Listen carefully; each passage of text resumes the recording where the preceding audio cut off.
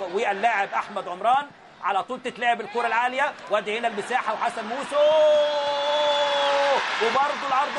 هدف اول للانتاج الحربي، اللاعب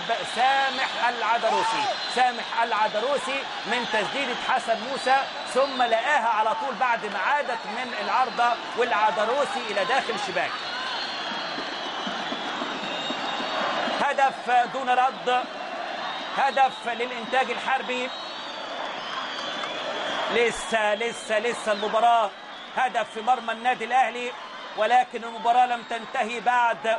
المباراة لسه بنلعب في الدقيقة 15 وداخلين على الدقيقة 16. ادي حسن موسى ويحطها في العارضة، خدت ايدين شريف وراحت لبطن العارضة، وكان لمحمد فضل ويحضر ورا لشريف. شريف هيعلقها ولا يسددها؟ علقها، وادي التحضير والانفراد التعادل لمحمد فضل. لله الفضل من بعد ومن قبل يا محمد.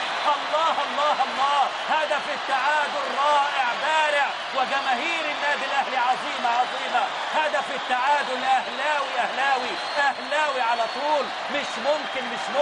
هدف جميل. قلت لكم النادي الاهلي يسيطر، النادي الاهلي يهيمن، النادي الاهلي من يفك الشفرات. لعيب ابو تريكه حريف، وفضل هداف قناص. كل الانديه المصريه بكره منه هتخاف. يا سلام حطها على طريقه الكبار، هي جوه بهدف تعادل جميل. 5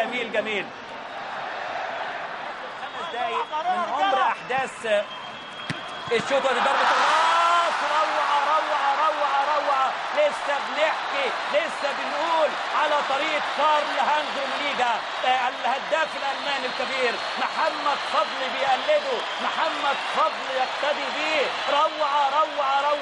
والثاني اهلاوي. محمد فضل يعلنها اهلاويه، وفرحه كبيره جدا لجماهير النادي الاهلي العظيمه. عيد يا سيدي علشان نتمتع. هنا الفرحه نعم اكيد لما تتعادل كرة. بص شوف، كان كارل هانز رومينيجا هو اللي بيسرق الجميع، هو اللي بيضحك على الجميع. هنا محمد فضل بضربة راس هي الافضل، بضربة راس هي الاجمل، بهدف ثاني هو الاروع. 2-1 يا اهلي. افرح يا اهلي، لكن لسه المباراة موجودة